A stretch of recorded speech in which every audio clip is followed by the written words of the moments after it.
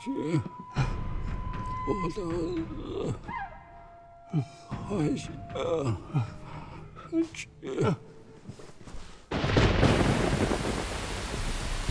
太上皇旨意，宣吴道子即日进宫，化贵妃相，寻其人者，封官加爵，赏银1000两。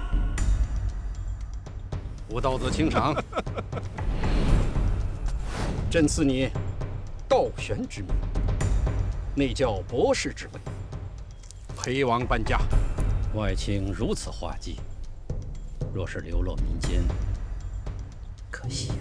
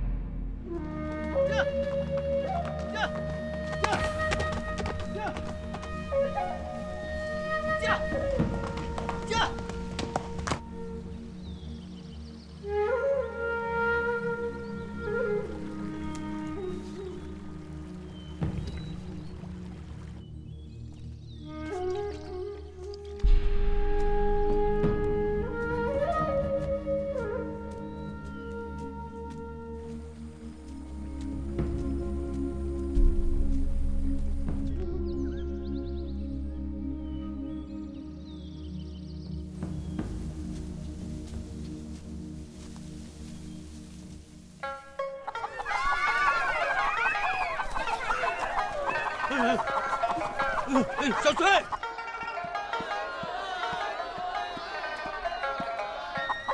小翠，小翠，小翠，小翠，小翠，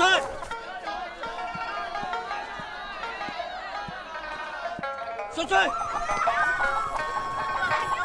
小翠。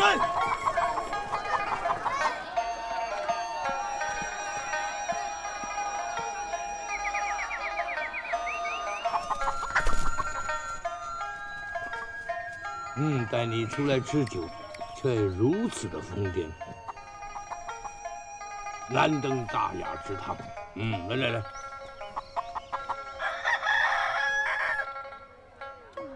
哎呀，你怎么会如此的薄情寡义？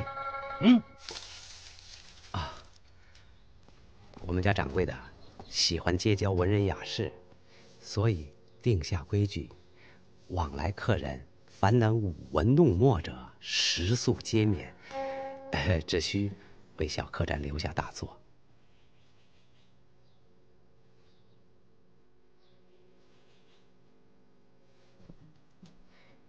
依小人看来，公子气度非凡，必精通笔墨。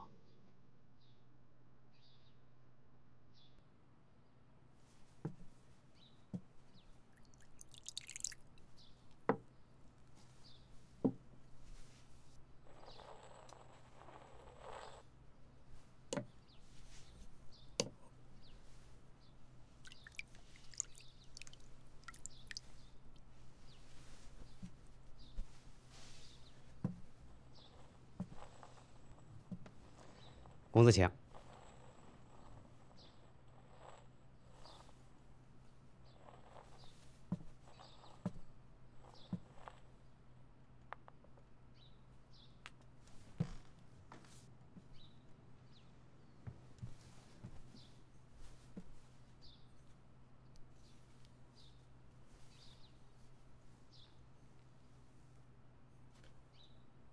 有劳姑娘再抚一曲。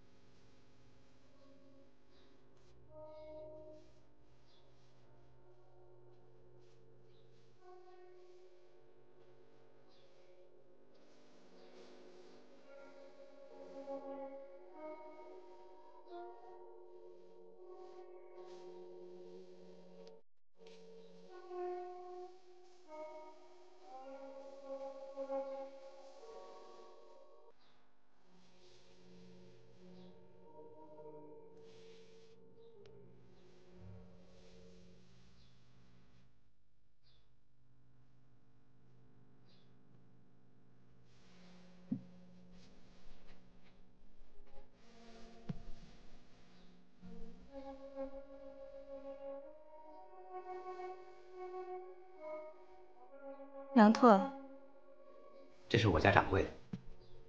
小女红将。在下唐安州。贝公子背肩上访。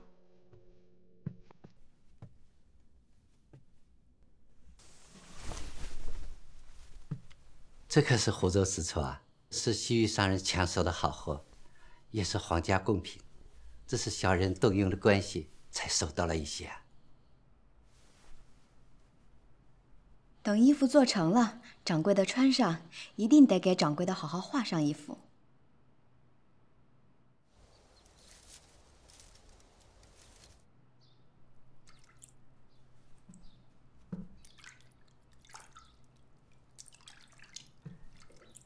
你们家掌柜的如此的爱文人雅士，是否这百里钱庄会笔墨者都在你们小客栈留过跑啊？何止啊！洛阳、长安这些地方的文人，杨拓也都见过。如此说来，这秦蜀两地，凡是粗通笔墨者，你们家掌柜都有一面之缘。青阳镇是秦蜀必经之地，安贼造反、往来逃难的文人墨客不少。一说留墨宝不留银子，他都愿意。掌柜的与那些文人骚客都有些交情，我也都经见过。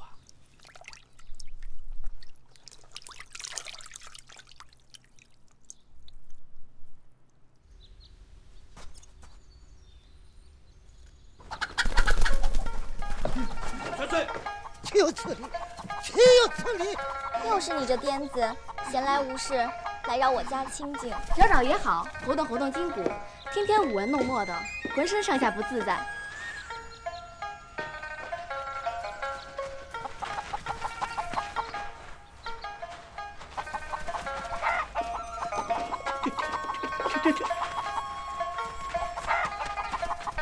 这是辱没斯文呐！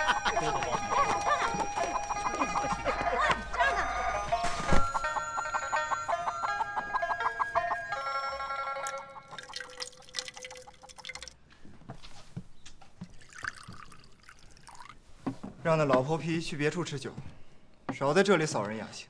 掌柜的看他可怜，也不撵他，每次也只是赏他2两酒喝，喝完便走。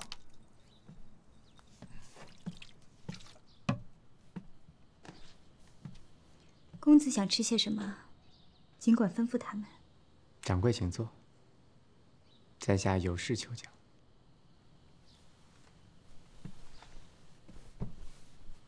公子有何事要问红将？在。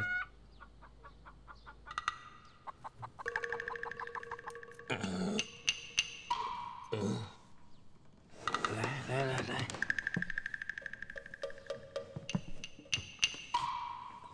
哎啊，吃点豆豆。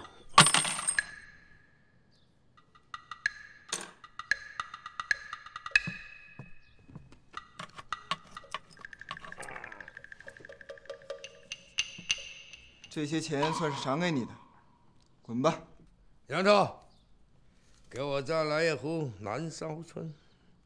今天的酒够劲。快滚！公子乃8代书香门第，如今好容易找到这么一个清雅之地，岂容你这般穷鬼叨扰？公子爷，使不得，千万使不得啊！公子乃8代书香门第，怎么会与一个老头子置起起来？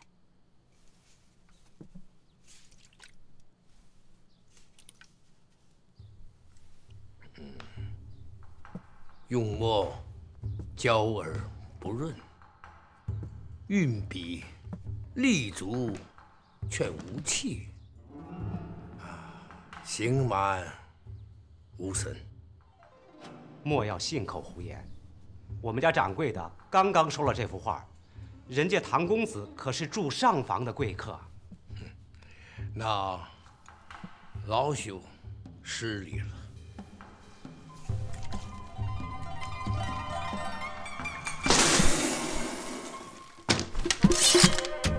公子莫急，这老者是本镇的一个癫子，今日贪喝了几杯，言行失常，还请公子海涵。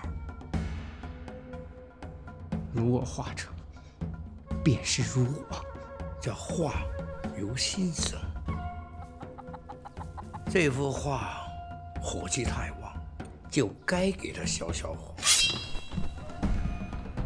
公子，你可忘了，这画是我的。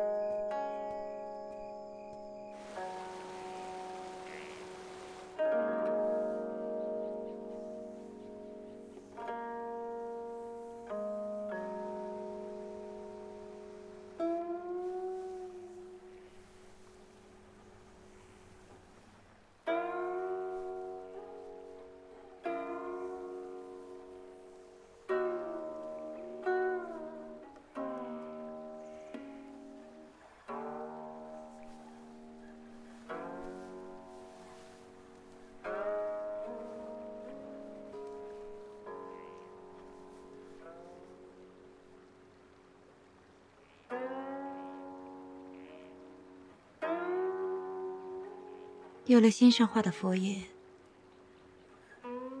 红将心中安详了许多。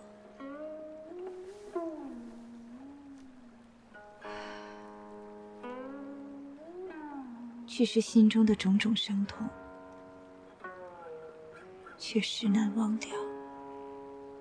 何须忘掉？顺其自然，清净自在。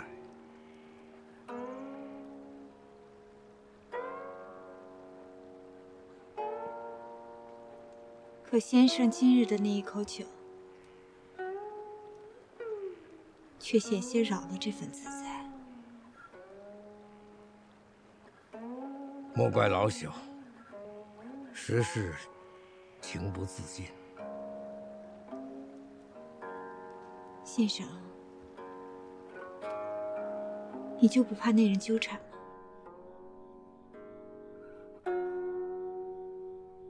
我一个老头子，疯癫之人，他能纠缠些什么？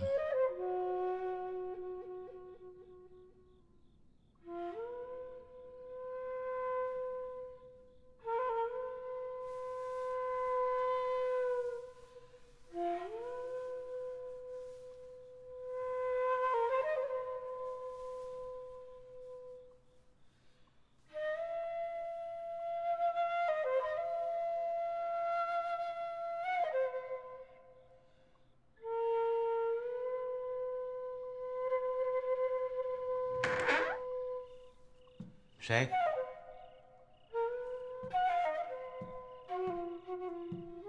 哦，唐公子啊，您这是？这老头儿是什么来历啊？哦，在下不知。你可知他姓甚名谁呀？只知道姓胡，是个癫子。靠给这十里八乡的农户画个门神、灶王爷啥的混口饭吃，没银子，一碗酒啊，有时候也花，整日蒙醉。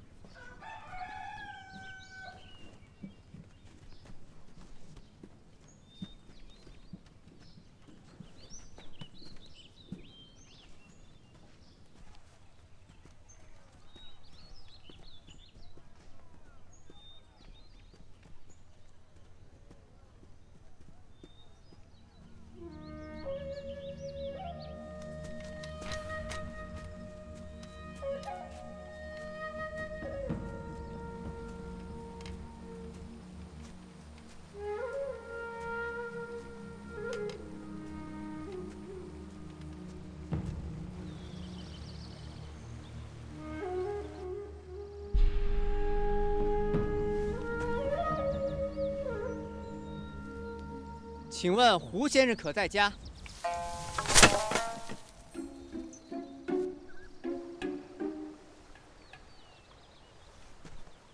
请问胡先生可在家？晚生唐安州特来拜会。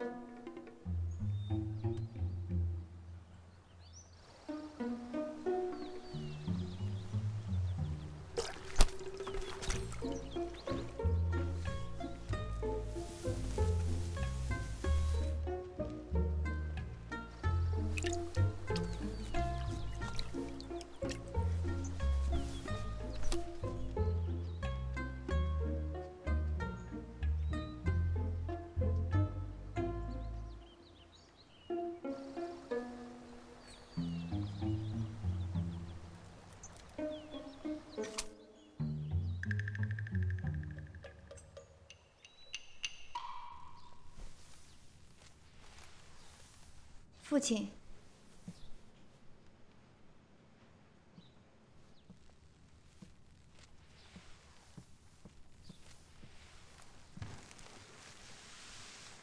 先生慢走。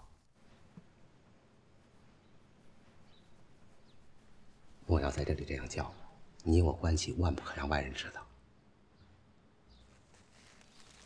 为父出身微贱，怕误了你的前程。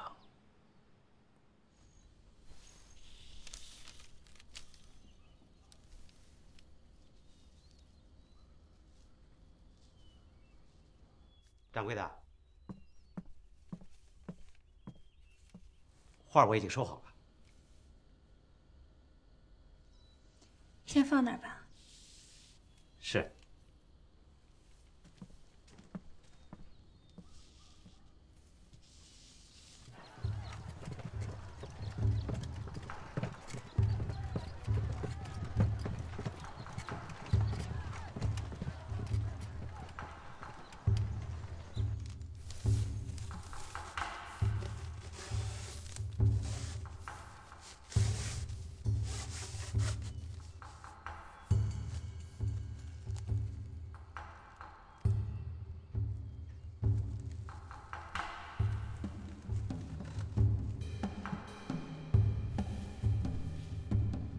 长公子回来了。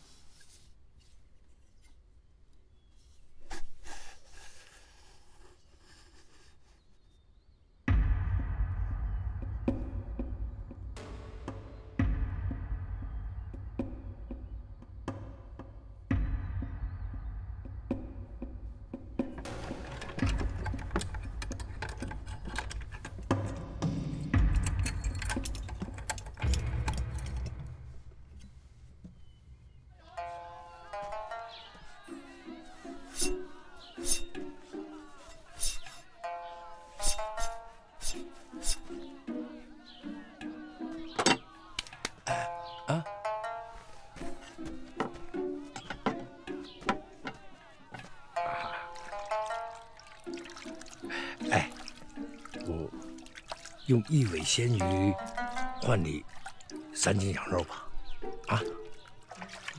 你这癫子又醉了吧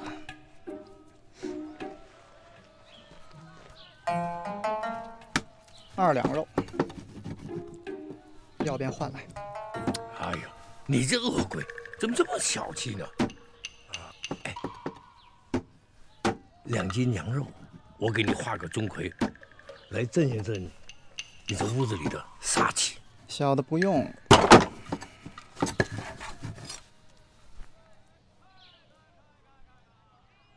就凭小的手里这把刀，小鬼见了我也得打哆嗦。好，不换是吧？我自己换主子。唐公子，薛子已帮你打理干净了。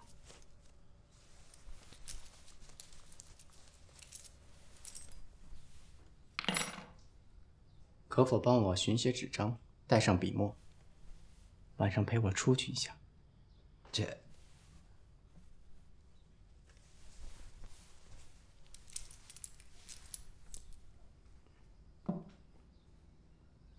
啊，小的明白。屏风上的画撤了，我们家掌柜啊，收了去。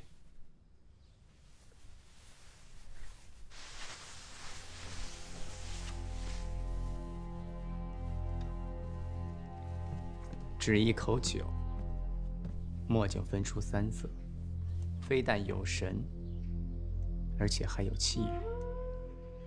公子昨日还要批了那癫子，今日怎么又对此人大加赞赏起来？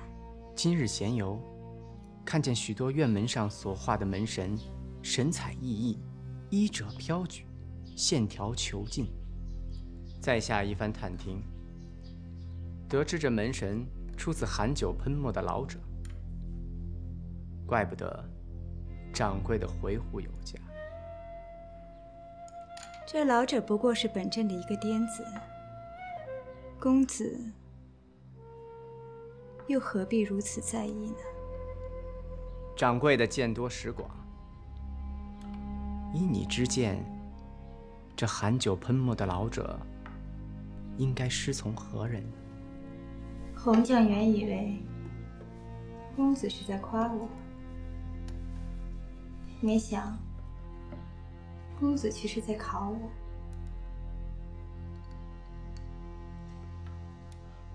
看来公子也是个妙人。听说掌柜的和那老者是旧人。你们这些客人来了又走，可是这个人却常驻于此。街坊邻里们还要靠他画些门神、灶王爷什么的。这位爷，我可开罪不起。我既然在此拜师，必是常客。万一有什么不情之请，恐怕还要劳烦掌柜的了。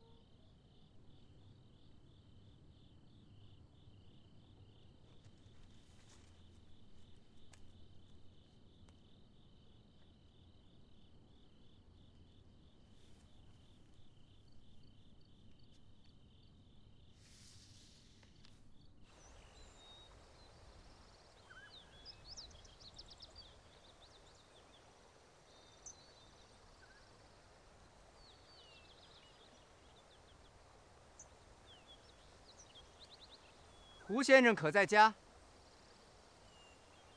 晚生唐安州，特来求教。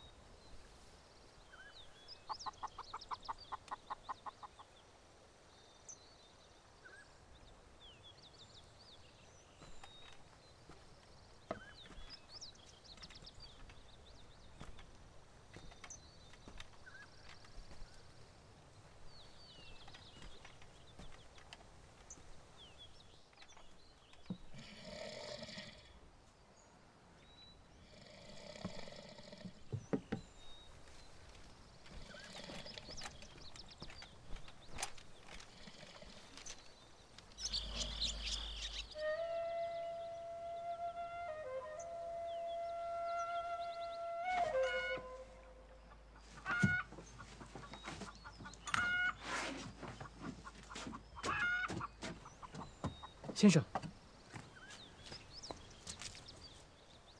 小翠，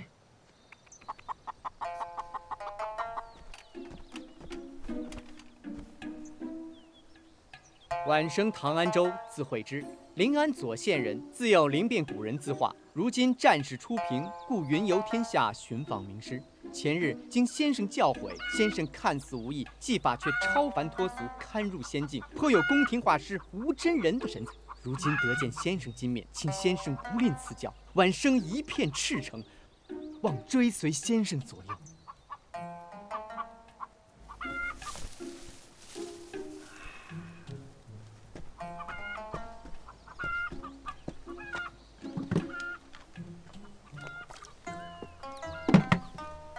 先生，晚生诚心求教，还望不计前嫌。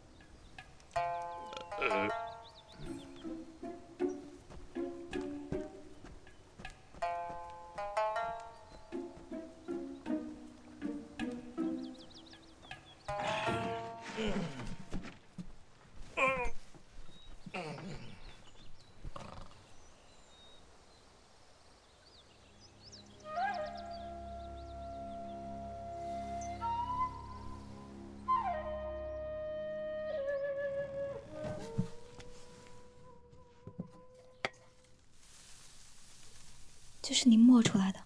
只要你能用得着就行。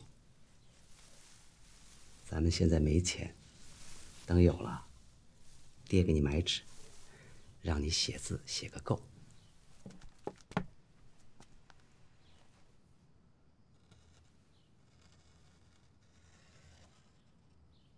哎，好好练啊！练好了，嫁个好人家，不受委屈了。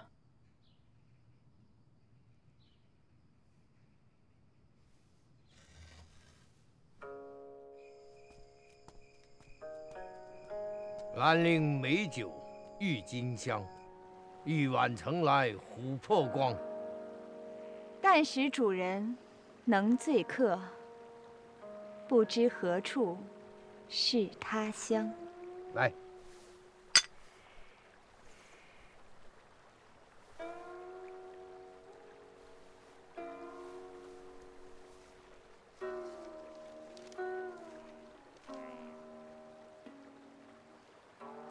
先生又动心思了。冰雪聪明如红将，真乃幸事。可是我觉得他败失败得蹊跷。他那股狂傲之气，倒令我想起许多陈年往事。至于这幅画，那幅画倒是下了功夫的。纸签通透。怎么，先生不执着于那份自在了？良才美玉，当之可惜。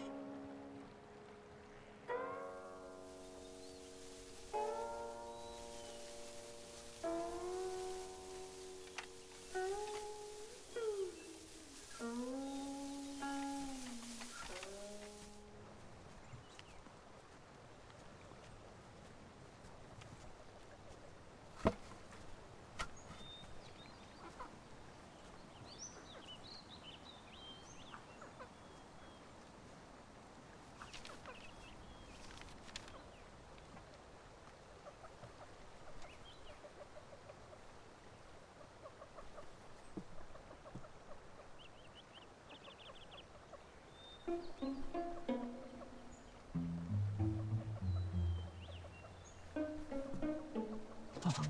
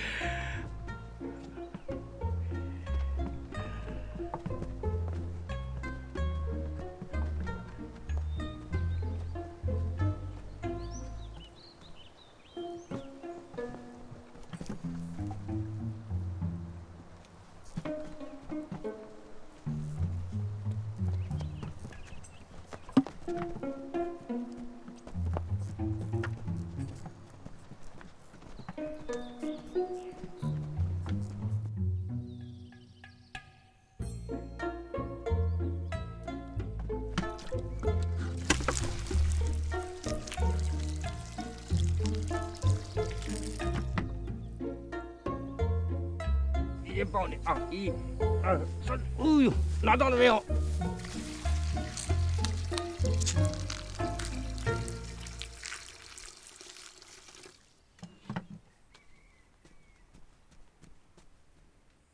哦呦呦，我看，哎，你看，这个叶叶真有虫子咬过，对不对？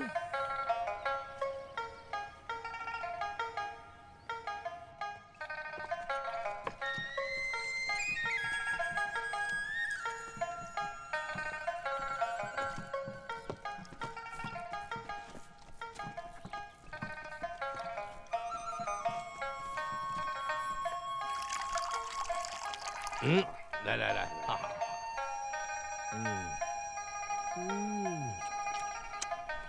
怎么？来，再来。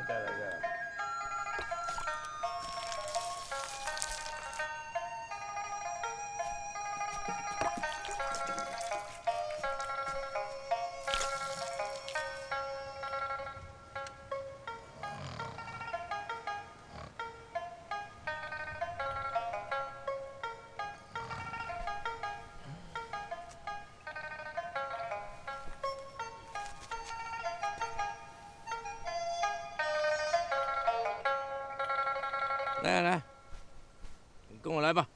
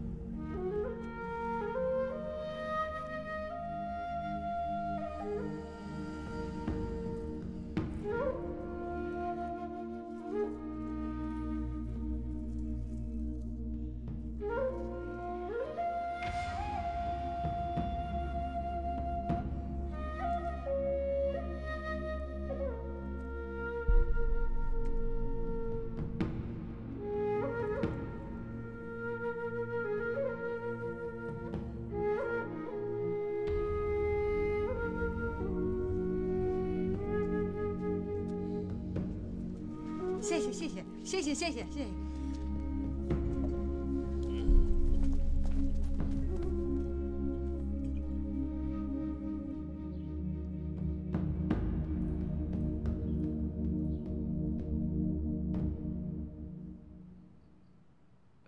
先生还没落款，我没款落。先生多虑了。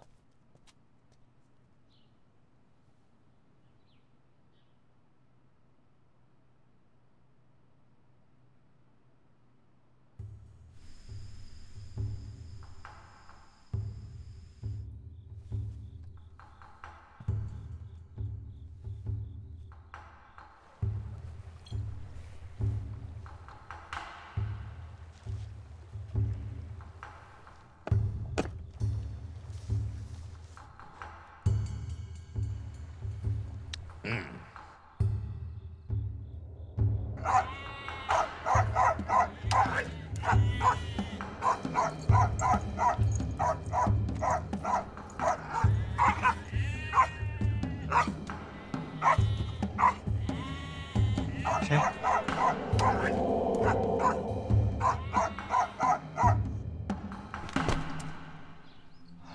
我这儿杀气重，就得有这么个恶神才镇得住。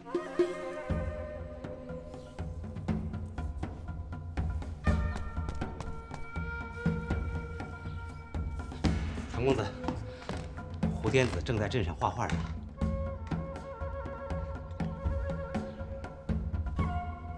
这酒里兑水了？不敢不敢。夫人之言，不可信也。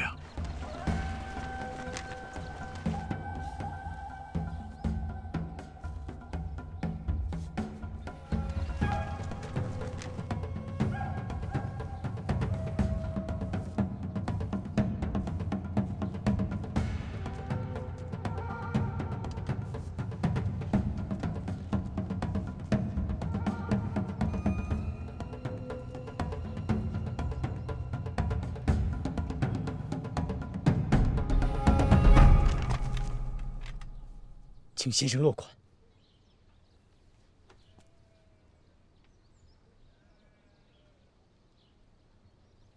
我没款。昨日先生说没款，学生心中不安，连夜亲手打造了此印章，还望先生落款，完成此画。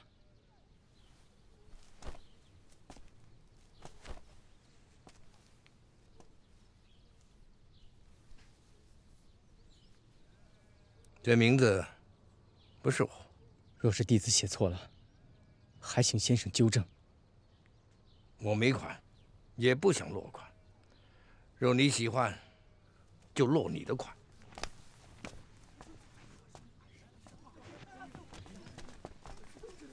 先是画技超凡脱俗，下笔之曲犹如神助。纵观大唐天下文人画师，唯有那教博士吴道玄能穷尽丹青之妙。弟子不忍先生深陷于穷阶陋巷，如明珠沉塘，埋没无光。恳请先生收我为徒，慧之甘愿为先生牛马，接先生回京城，终身侍奉。哼，我就在纳闷儿，像你这么一个公子哥儿，怎么会拜我为师？哦，原来啊，却是认错人了。既然如此，那你返你的客栈，我回我的茅屋，你当你的贵宾，我做我的草民，岂不皆大欢喜？如今战事已平，天下已归附礼堂。先生若有顾虑，弟子愿为先生落款。你不是诚心拜师？学生诚心拜师，却不知所拜何人。你学的是画，拜的是画，但没有修心。难道先生怕学生辱没师门，而不肯坦诚相告吗？师门都是虚名，只怕辱没你自己。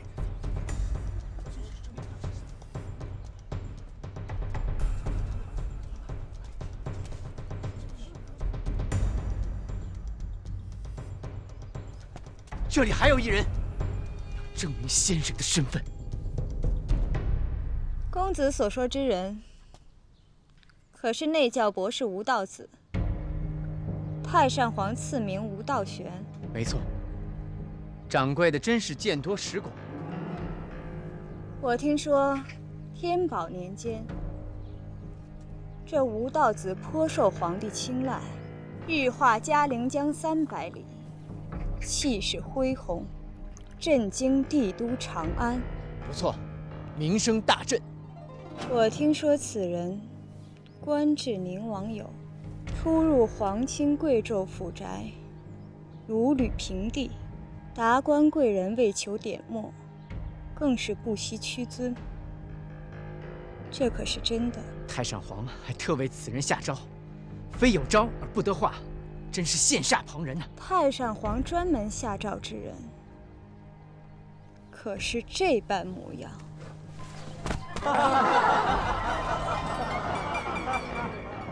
公子拜师心切，红将可以理解，但非说这么一个癫子是吴道子，那可真是难以取信于人了。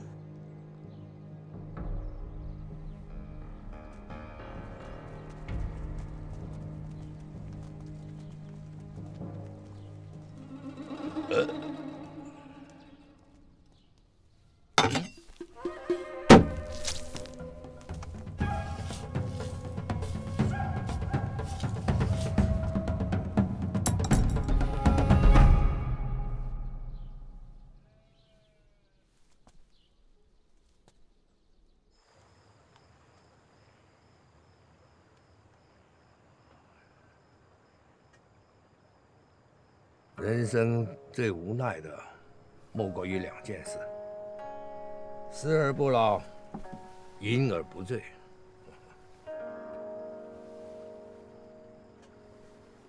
既然那么想收他为徒，就承认了自己是吴道子，又有何妨？我是吴道子，犯了欺君之罪。青阳镇有我画的人，都必受到连坐。我的徒弟，自然更免不了受到牵连，何必呢？还是这样的好。我自画我的，山高皇帝远。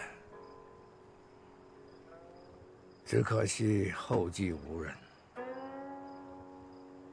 不如就偷偷收他为徒，到别的地方去过活。红将，你还不明白，他拜的是皇上赐名为内教博士的吴道宣，不是眼前这个疯疯癫癫的胡癫子。他要自称为吴道宣之徒，借此换取荣华富贵。他非专心习画，力求无人之境。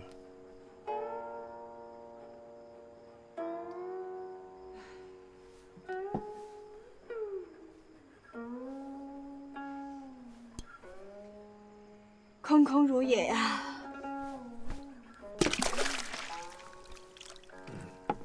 行也空空，醉也空空，空空如也。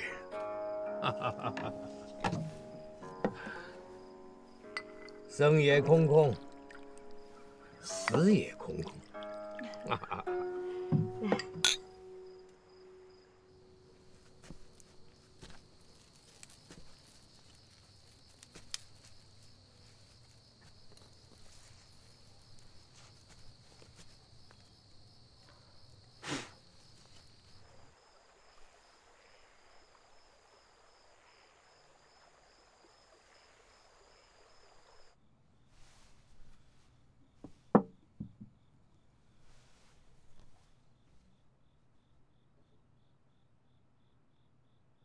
你这是何意？他不落款，我们替他落款啊。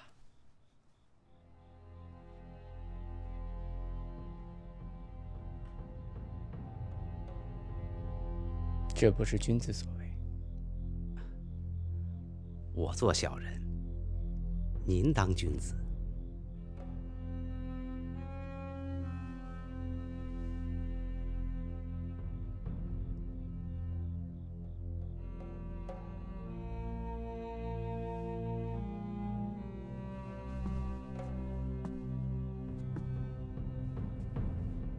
慢。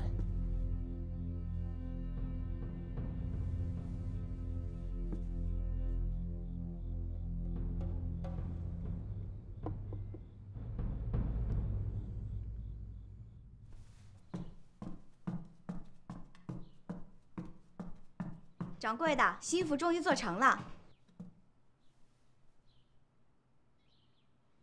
掌柜的穿上必定美若天仙，得寻个大画师给掌柜的好好画上一幅。不是大画师画的，都配不上这身衣服。掌柜的，昨晚出了怪事，胡癫子在镇里的画一夜之间都被落了款。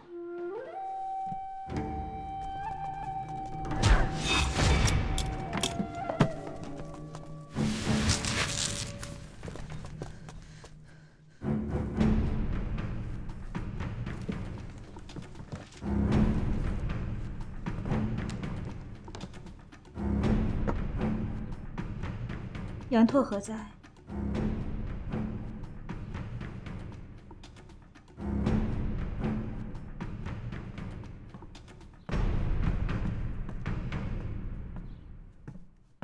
掌柜的，唤我何事啊？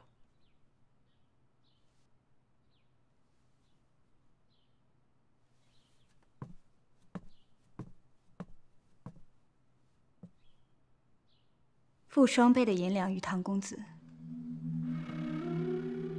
请他另投他店。是。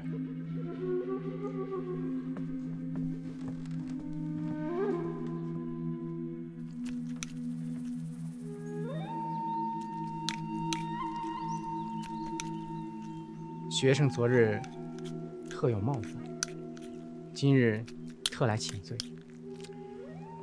你不是诚心学画？先生说的对，学生此来身负皇命，为太上皇民间寻访当年3绝之一内教博士吴道玄。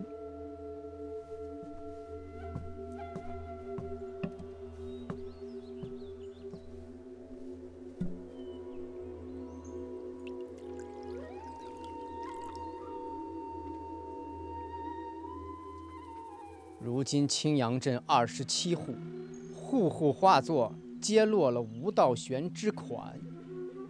太上皇下诏，非有诏而不得画。你犯的是欺君之罪，你不承认是吴道子，可青阳镇的百姓呢？那些印可落实了。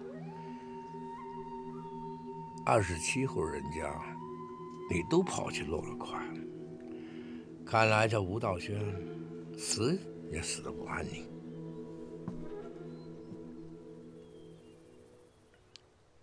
死了。父亲，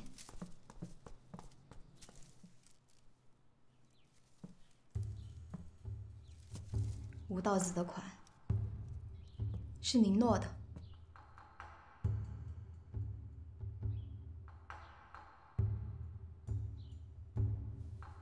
我们身为家奴，但不能终身为奴。小姐身份终有一日会暴露，到时你我父女必将受牵连。如今终有机会让你重塑新生，为父我必将孤注一掷啊！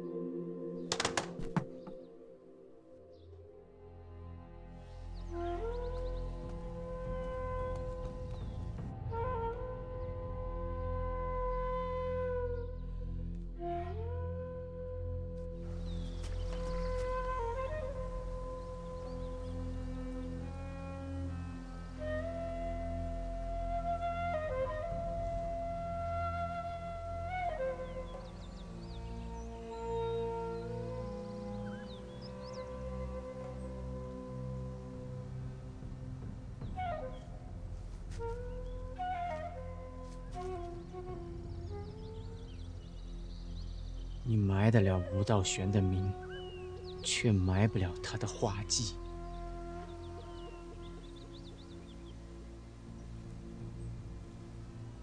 你就是吴道玄。你不信，自己刨开来看。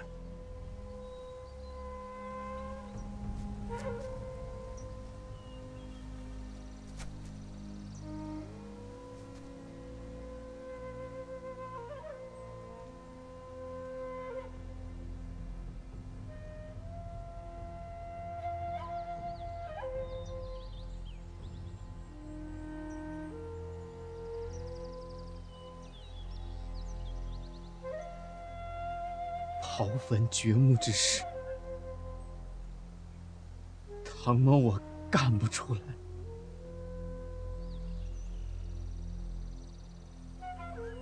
纵然是金玉满堂，最后也只是孤坟一座。说什么青史留名，自欺欺人。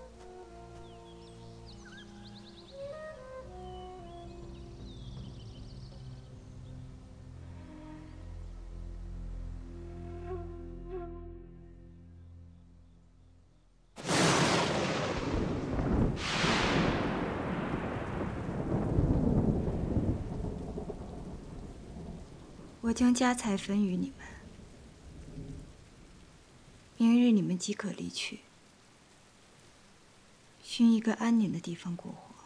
小凤哪都不去，至死不离小姐。今日心中慌乱，收了好几年的家书都寻不到了，不知你们可见否？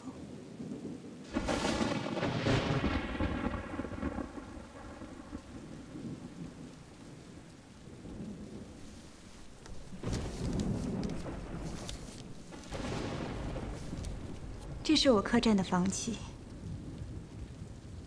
今夜我会在房间等。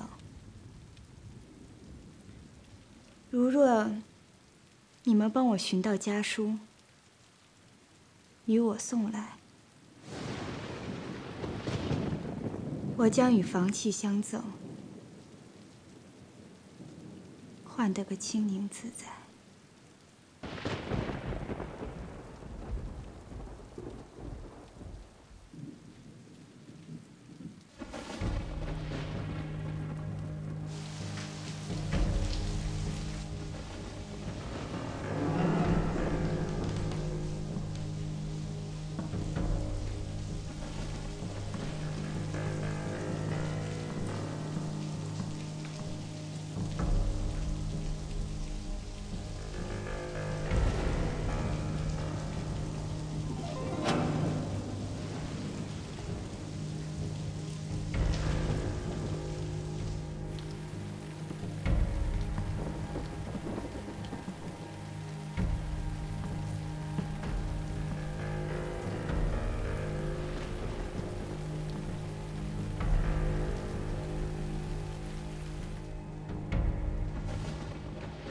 公子，你来做什么？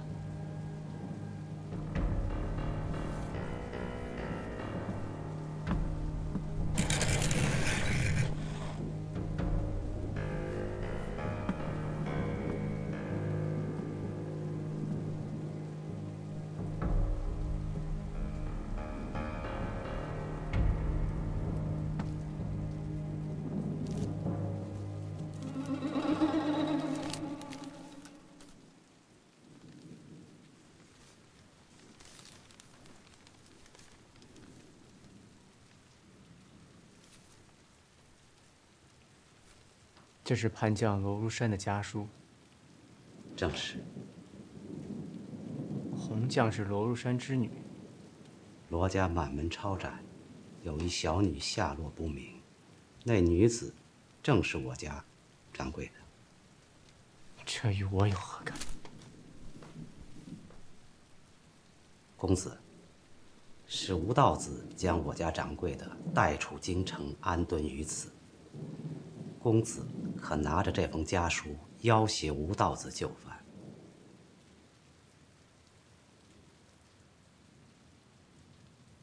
你好一番心计，只可惜吴道子已死，坟墓我亲眼所见。公子，你打开看了吗？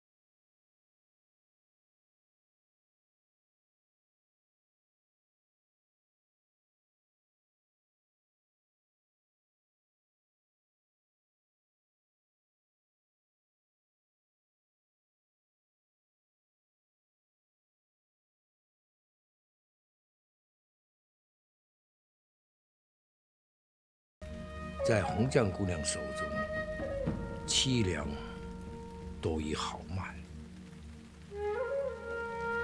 四面楚歌，红酱女流之辈，难有好赖之情啊！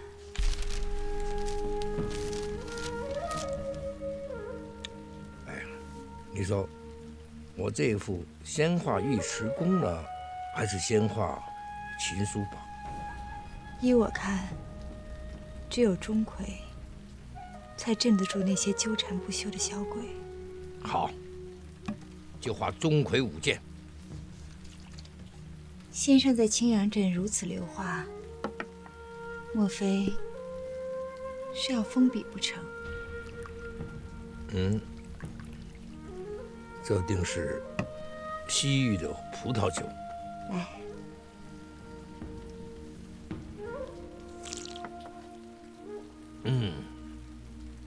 葡萄美酒夜光杯，欲饮琵琶马上催。醉卧沙场，君莫笑。古来征战，几人回？人生能得如此知己，不枉此生。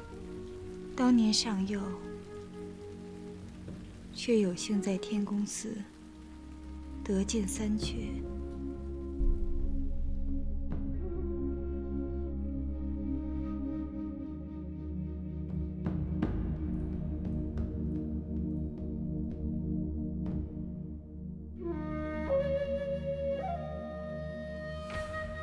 如今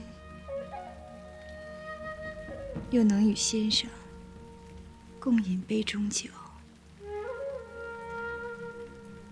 红酱真是不枉此生啊！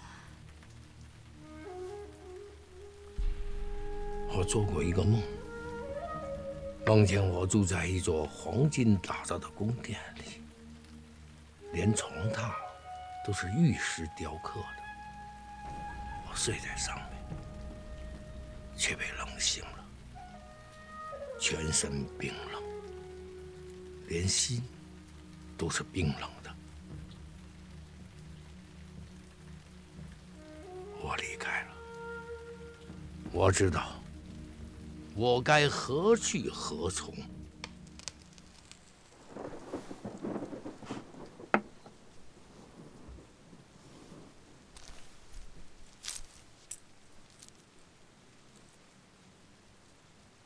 这是爹给你准备的嫁妆，好好收起来。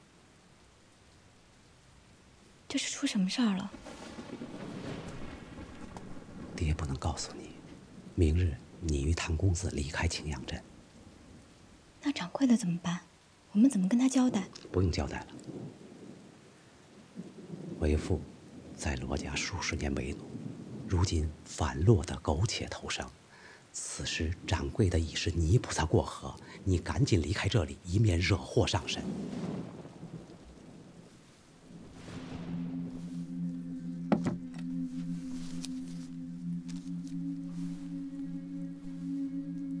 左近若有叛军之将，唐某忧虑突责。像掌柜这般身世，又是女子，应该体谅太上皇痛失爱妃之苦。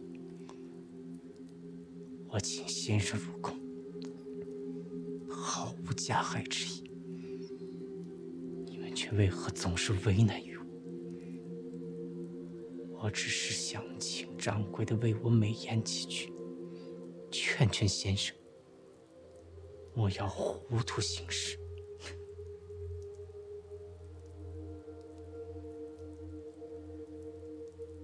可惜呀，可惜什么？可惜他还想收你为徒，说你是个习画的家才，只是秉性驳杂，略加调教，不出3年，便是大唐画室第1人。如今他冉冉老矣，只是担心身后无人，对你多加容忍。你却如此咄咄相逼。如今我苦苦哀求，也只是为了一幅画罢了。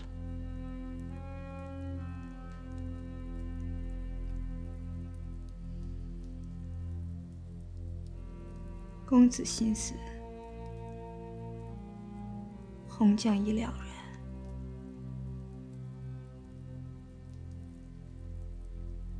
我会和吴道子说明利害。明日请公子自去取画。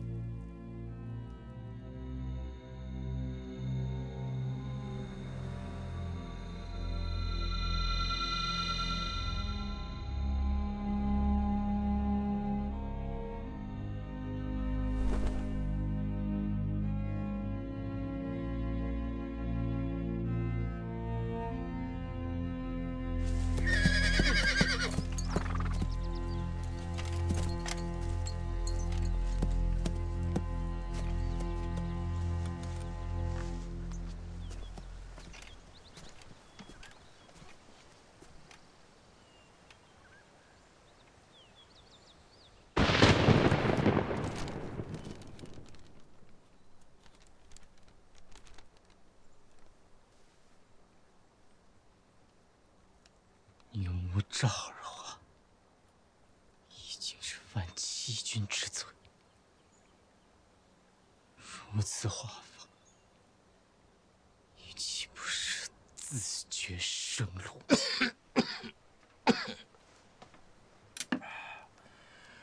画了一夜，还真够累了。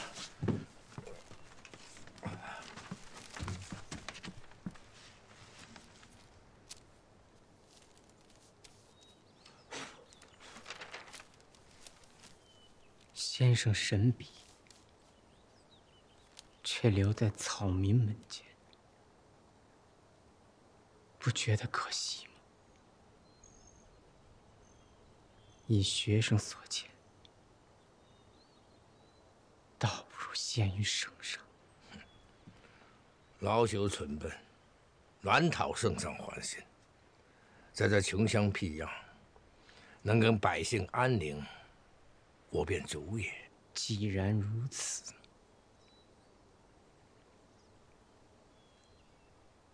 先生便不能不再说自己是吴道子了。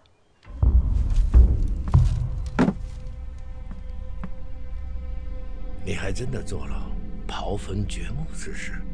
我也是被先生所逼。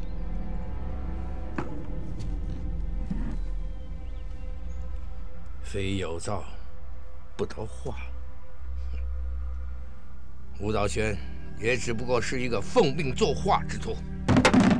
握着这方镇尺，你就可以登堂入室，留名青史。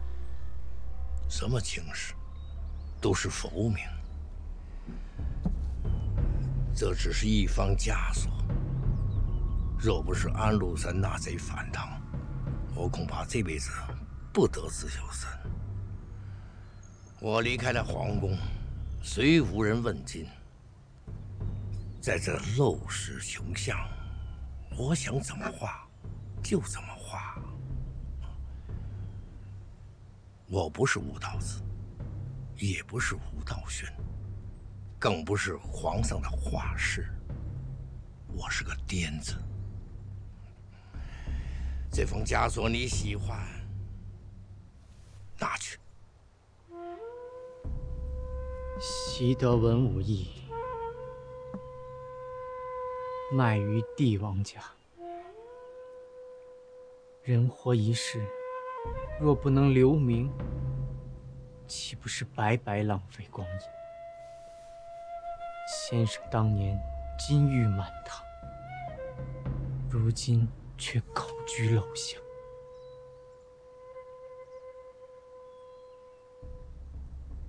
不觉得可惜吗？我原本就是不依草名。你所说的富贵，对我而言，一开始便是空，现如今依旧是空。从空出来，回空出去，没有得失任何东西，何来的惋惜？看你的样子，倒像我少年气盛时，为博浮名，不惜一切，实乃大错。我就是要登堂入室，我就是要青史留名。我要的就是你的浮名，我要的就是你这只手。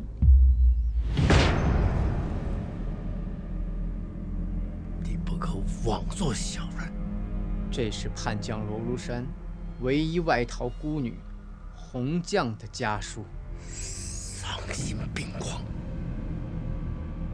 你竟然用一名弱女子要挟我！先生，掌柜的投井自尽了。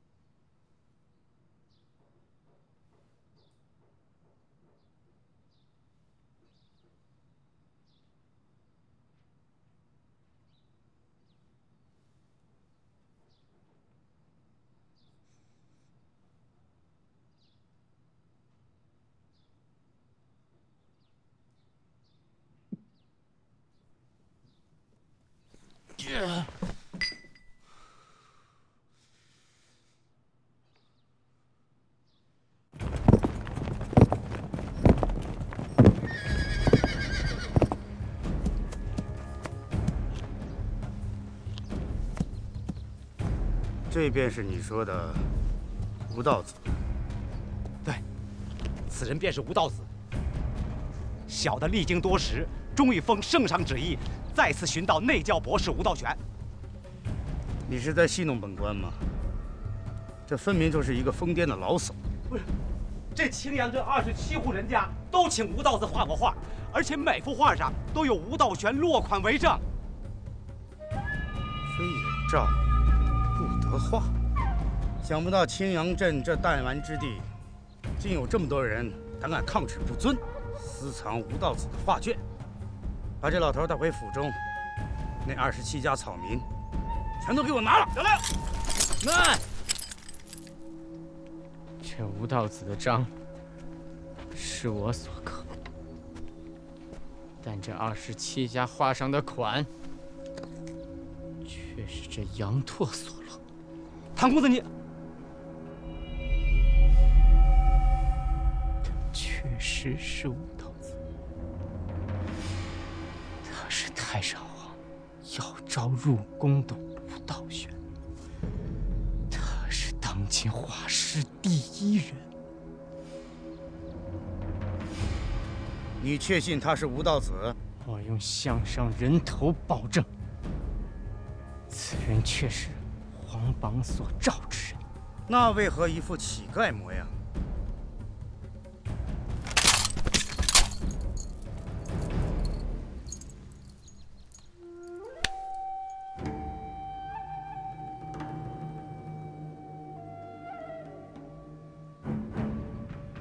这只手，你们也敢锁呀？你们知道这是只什么样的手吗？这只手乃是苍天恩赐世人，独一无二，无人能出其右。这只手，在我大唐叱咤风云数十载，得太上皇青睐，出入宫廷如履平地，每一根手指都让皇亲贵胄趋之若鹜，奉若神。想当年，太上皇面前挥毫，日化嘉陵江300里，震惊帝都。可闻江水之滔滔然，绘地狱之变相。87神仙美卷，实乃神人假手，穷尽造化之能。太上皇为之钦点，非有诏而不得忘，又是何等的殊荣？如此这般，岂是你们这些粗陋小人所能体会？这只手，天下人敬仰，天下人艳羡，天下人记恨。天下人在这只手面前都是轻言浮云，流水无痕。来人，把他的手给我洗干净。是不是画师，我一看便知。你们看，这只手指节圆润，根有长心为须。但可惜如此天赋异禀，却任性妄为，流落江湖，终日以污泥相伴，实乃辜负天恩，辜负皇恩啊！吴道玄，如今太上皇召你入宫，我却不辞辛苦，民间寻访，你却自立坟墓，买的不是你的名声，而是你的神庙画技。苍天无眼呐！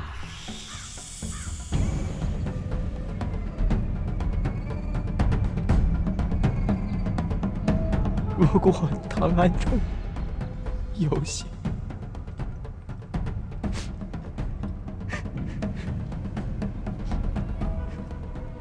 生出如此神妙之手，我定能登堂入室，名留。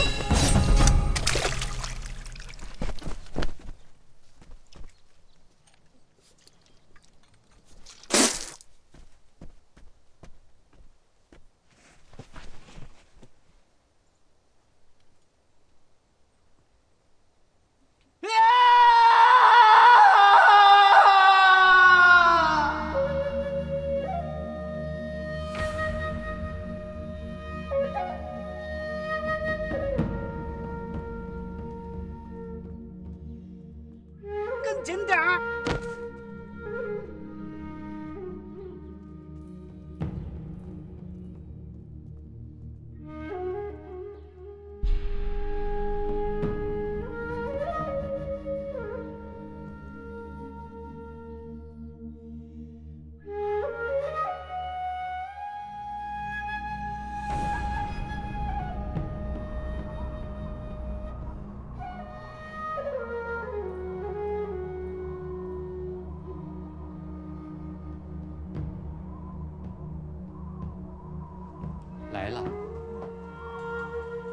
天太冷了，烤烤火吧。好好好。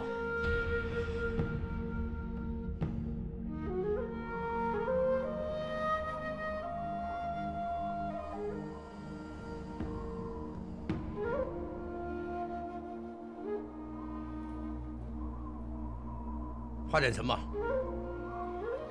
你给画个观音吧。画个观音，保平安。